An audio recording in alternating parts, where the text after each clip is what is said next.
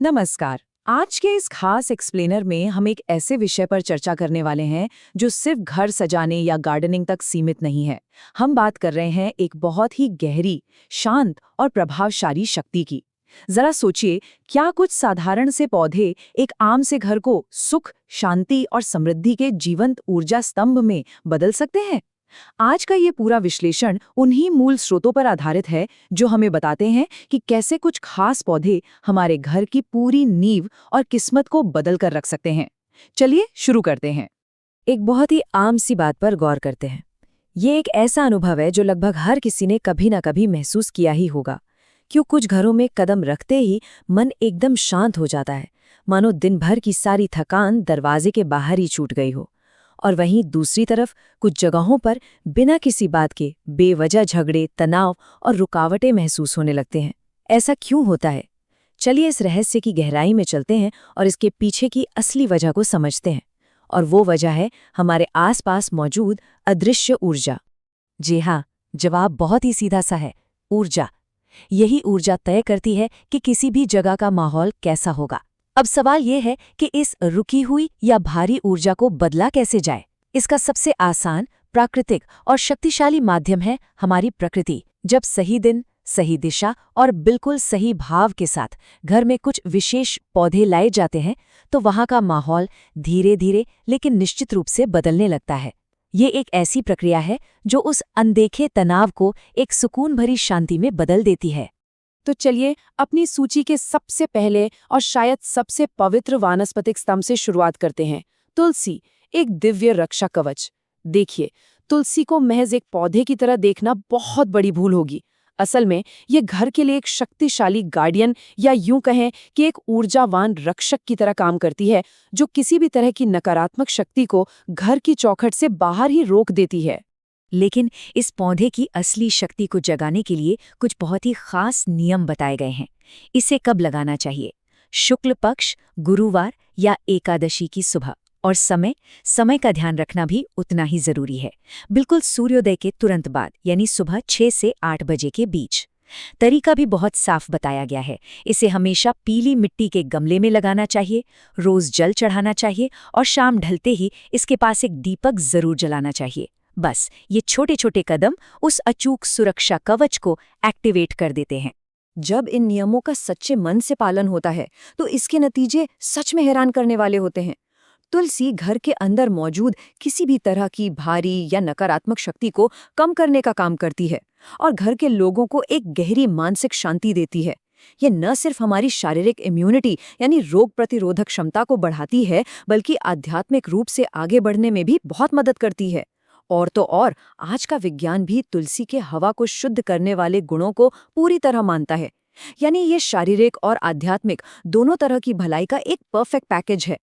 अब यहाँ एक बहुत ही दिलचस्प और अहम बिंदु आता है, 21 का आंकड़ा। ये कोई ऐसे ही रैंडम नंबर नहीं है।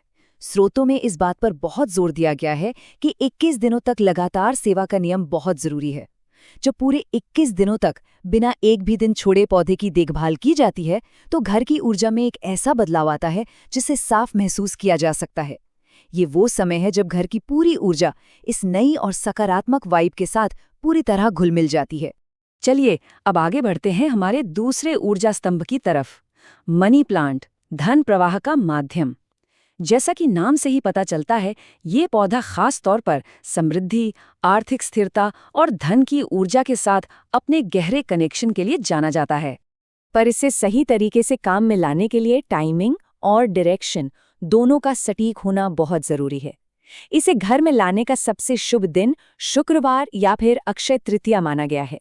समय की बात करें तो सुबह 9 बजे से पहले या फिर सूरज ढलने से ठीक पहले का वक्त सबसे अच्छा होता है। और सबसे जरूरी बात, इसकी दिशा। मनी प्लांट को हमेशा उत्तर दिशा में रखना चाहिए। उत्तर दिशा क्यों? क्योंकि इसे धन के देवता कुबेर का क्षेत्र माना जाता है। उत्तर दिशा के साथ इसका ये कनेक्शन ही पैसों से जुड़े इसके फायदों को अनलॉक करता है। जब इन छोटी छोटी बातों का ध्यान रखकर मनी प्लांट को लगाया जाता है तो इसके फायदे सच में कमाल के होते हैं। अगर कहीं पैसा अटका हुआ है या कोई आर्थिक काम बार बार रुक रहा है तो वो धीरे धीरे रफ्तार पकड़ने लगता है। बिजनेस या व्यापार में एक ऐसी स्थिरता आती है जिसकी हर किसी को तलाश होती है। और घर का ओवरऑल आर्थिक तनाव काफी हद तक कम हो जाता है। सीधे शब्दों में कहें तो ये पौधा पैसों की ऊर्जा के रास्ते में आ रही रुकावटों को हटाकर उसे एकदम स्मूथ कर देता है। लेकिन ठहरिए, यहाँ एक बहुत बड़ी चेतावनी भी है जिस पर ध्यान देना बहुत जरूरी है। अगर मनी प्लांट सूखने लगे या मुरझाने लगे तो उस सूखे हुए पौधे को तुरंत घर से हटा देना चाहिए, बिल्कुल तुरंत। अगर इस नियम को इग्नोर किया गया तो इसका असर बिल्कुल उल्टा हो सकता है। एक मृत या सूखता हुआ पौधा धन की ऊर्जा को पूरी तरह ब्लॉक कर सकता है और नई आर्थिक रुकावटें खड़ी कर सकता है। इसलिए समृद्धि के इस फ्लो को बनाए रखने के लिए पौधे की लगातार देखभाल करना कोई ऑप्शन नहीं बल्कि एक जरूरत है।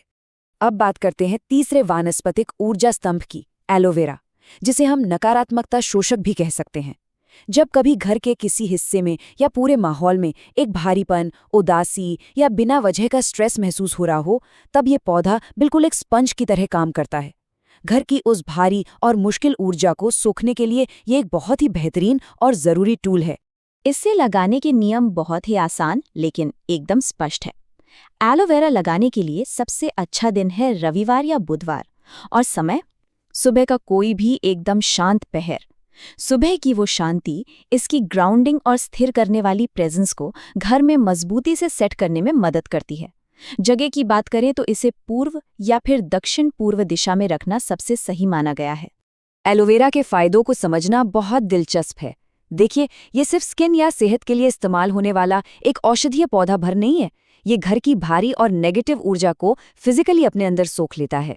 मान लीजिए कि ये एक तरह का इमोशनल फिल्टर है। ये घर में सेहत से जुड़ी ऊर्जा को तो बढ़ाता ही है, साथ ही ये तनाव, गुस्से और बेचैनी को सीधे तौर पर कम करने का काम करता है। एक शांत और हेल्दी माहौल बनाए रखने के लिए यह हमेशा एक्टिव रहता है। और अब आते हैं हमारे लिस्ट के आखिरी और चौथी वानस्पतिक स्तंभ पर, मोगरा, प्रेम और शांति का स्पंदन। ये पौधा घर के माहौल में एक बिल्कुल ही अलग तरह की वाइब लेकर आता है। ये हमें सुरक्षा और पैसों से आगे ले जाकर घर के अंदर की गर्माहट, आपसी स्नेह और एक बहुत ही प्यारी सी इमोशनल कोमलता की तरफ ले जाता है।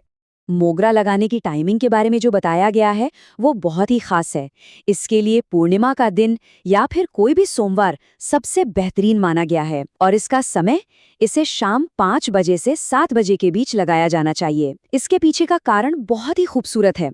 दरअसल शाम के इसी वक्त इस फूल की सुगंध ऊर्जा सबसे ज्यादा एक्टिव होती है, जो पूरे घर में अपनी महक बिखेरने के लिए बिल्कुल तैयार रहती है।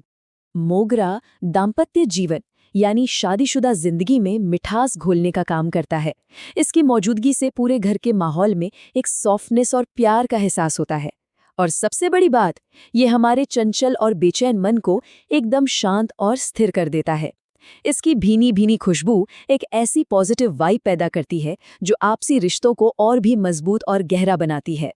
खैर, अब तक हमने जिन 4 पौधों की बात की है वे अपने आप में बेहद शक्तिशाली हैं, लेकिन स्रोत यहाँ एक बहुत ही गहरे और असली रहस्य से पर्दा उठाता है, गुप्त ऊर्जा नियम। इसका मतलब यह है कि सिर्फ बाजार से इन पौधों को लाना और घर में रख देना ही काफी नहीं है। पौधे लगाना तो इस पूरे प्रोसेस का बस आधा हिस्सा है। असली मैजिक तब होता है जब इसके साथ इंसान की भावना और उसका साफ इरादा जुड़ता है। और वो भावना क्या होनी चाहिए? यहाँ एक बहुत ही सटीक संकल्प बताया गया है जो पौधा लगाने से ठीक पहले मन में होना चाहिए। दोनों हाथ जोड़कर पूरे दिल से ये सोचना है, मेरे घर में शांति, स्वास्थ्य और समृद्धि का प्रवेश हो। जब ये बात पूरी श्रद्धा और विश्वास के साथ सोची जाती है तो इंसान का ये व्यक्तिगत इरादा उस पौधे की प्राकृतिक ऊर्जा के साथ मिलकर एक हो जाता है। और सच मानिए, यही वो एक कदम है जो एक आम सी गार्डनिंग को एक बहुत ही गहरे ऊर्जावान बदलाव में बदल देता है। इसके साथ ही वो 21 दिनों का नियम याद है ना? उस सेवा में 3 मुख्य काम शामिल हैं। पौधे को रोज पानी देना, उसे एक बहुत ही प्यार भरा और कोमल स्पर्श देना और उसके सामने कुछ सकारात्मक या पॉजिटिव शब्द बोलना। हमेशा याद रखने वाली बात यह है कि ये कोई वन वे रिश्ता नहीं है।